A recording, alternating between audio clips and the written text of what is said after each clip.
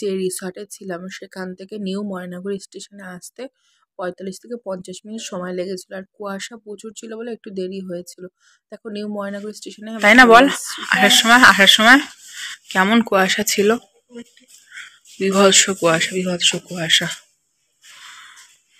এই যে সব বসে আছে, মা বসে আছে। ট্রেনও লেট করছে। স্টেশনে আমরা চলে এসেছি সবাই। তাই তো।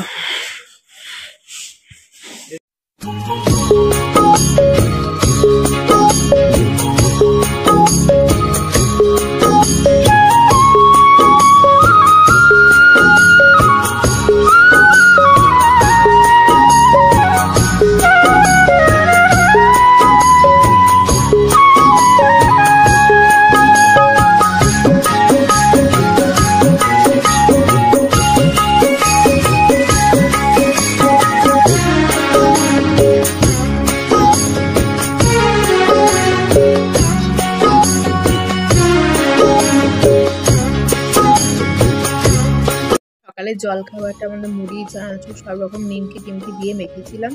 পেঁয়াজ লঙ্কা আমাদের রিসর্ট থেকে দিয়ে দিয়েছিল।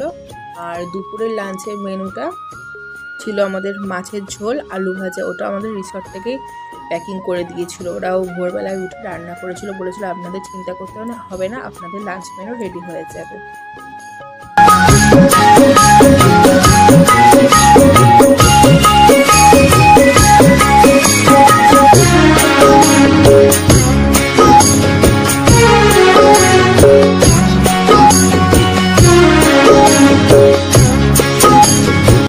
আমরা কাঞ্চনজঙ্ঘা এক্সপ্রেস করে এসেছিলাম, এটা শিয়ালদা অবধি, কিন্তু আমরা শিয়ালদা অবধি যাইনি। আমরা দক্ষিণেশ্বরে নেমে গেছিলাম, যেহেতু দক্ষিণেশ্বর স্টপেজ দিয়েছিল।